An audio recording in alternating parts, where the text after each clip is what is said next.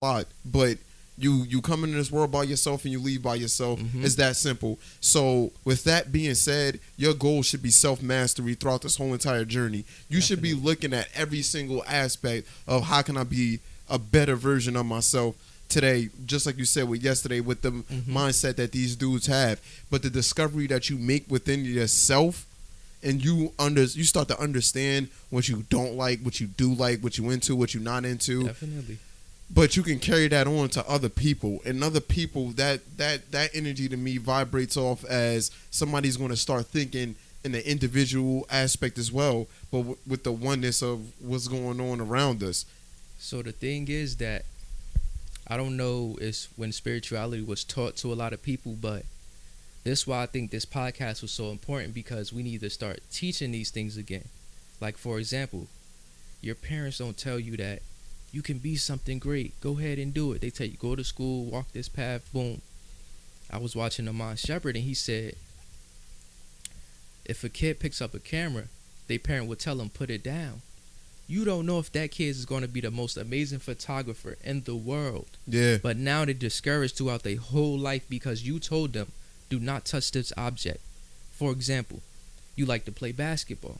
What if your parents told you, stop playing with that basketball, pick up the football? Your journey through God was probably to be the best basketball player in the world. Yeah, man.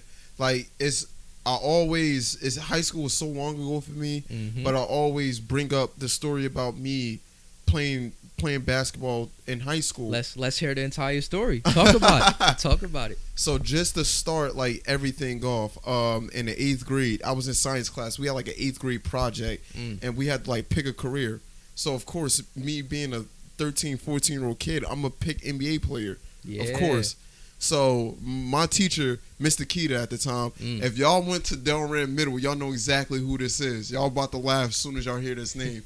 But he came up to me and then looked at it and he was like, that's not realistic. Mm-hmm. Pick something else. So I'm like, what? This is realistic.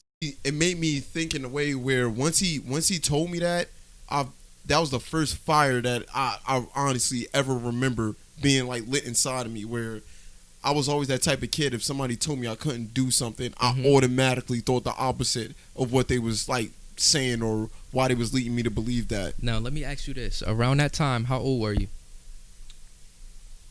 13, 14. 13, 14. You still remember that vividly to this day, right? Oh, absolutely. Absolutely. Mm-hmm. Talk about it. So this is an interesting journey for me, man, because it's not like I was playing basketball around that time, but I never played basketball under the whistle with referees. I was playing pickup with my friends, like 3-on-3s and stuff like that, and I thought I was pretty good. I thought I was the shit. You know what I'm saying? But what I started to notice was, like, I remember the 8th grade, I tried out, ended up getting cut. Freshman year comes around, we had a freshman seminar class, and my goal was, for freshman year, I wrote down on the paper, was to make the freshman year team. So I'm just like, all right, cool. Tryouts, I think I took like 2 shots and one of them got blocked. So it was like, I knew I was getting cut that year. I was like, yo, I'm trash. I'm type trash. Like, no more than Yeah, so around this time, I'm really starting to really love basketball, but it wasn't reaping the benefits for me. I was mad frustrated because I thought it was going to be my freshman year. I thought I was going to do 4 years, go to Syracuse and be one and done, and go to the NBA. Yeah. But of course, reality was like, ha, I got something else for you, man. It ain't going to be like that. Yep. But my sophomore year was my first time playing organized basketball with like referees. So my first season, I think the most points that I scored was like 10 points, and that felt so good to me because I was averaging like 2 points, like just making a layup every game, and that was mad upsetting to me.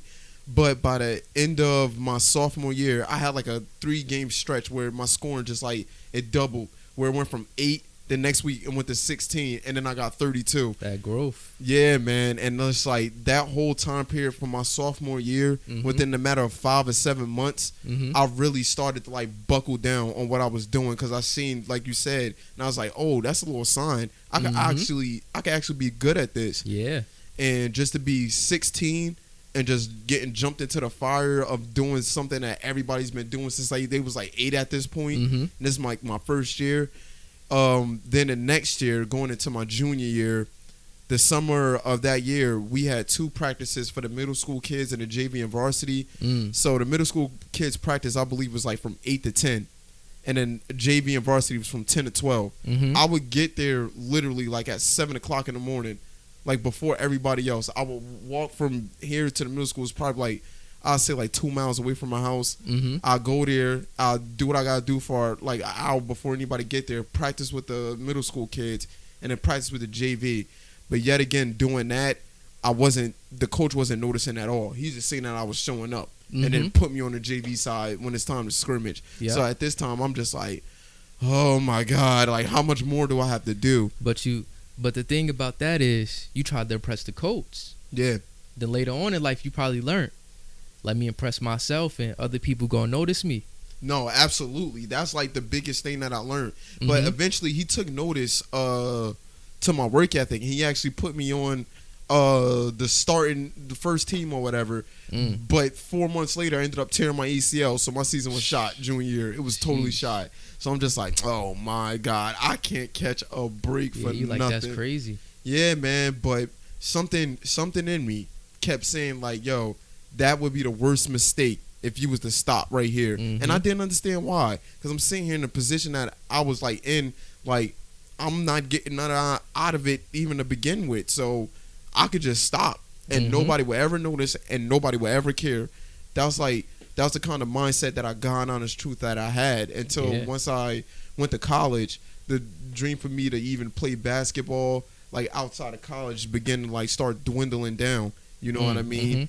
But ultimately, for those of you who just hearing this story, if you in the midst of doing something that you truly love and you're creating something, don't stop if you're really, really passionate about it. If it brings you fulfillment, there's a reason why you feel that way, and there's a reason why you should keep going. You're creating something special. That's my take, man. And I'll say this: if in life, I'm gonna say this directly to the camera. In life, you got to do things that you want to do, that you truly care about. If you truly care about this thing, nobody should have to stop you. If he want to play basketball and I said, you're the worst basketball player in the world, that's not his dream if I stopped him. He should be passionate enough about this that nobody can get in his way. This is his dream. This is what his life will be built around. Nobody or anything should be able to stop him. Not the ACL tear, not somebody not putting him in the game, not his points, nothing. Greatness. That's one of the realest things I ever heard, bro.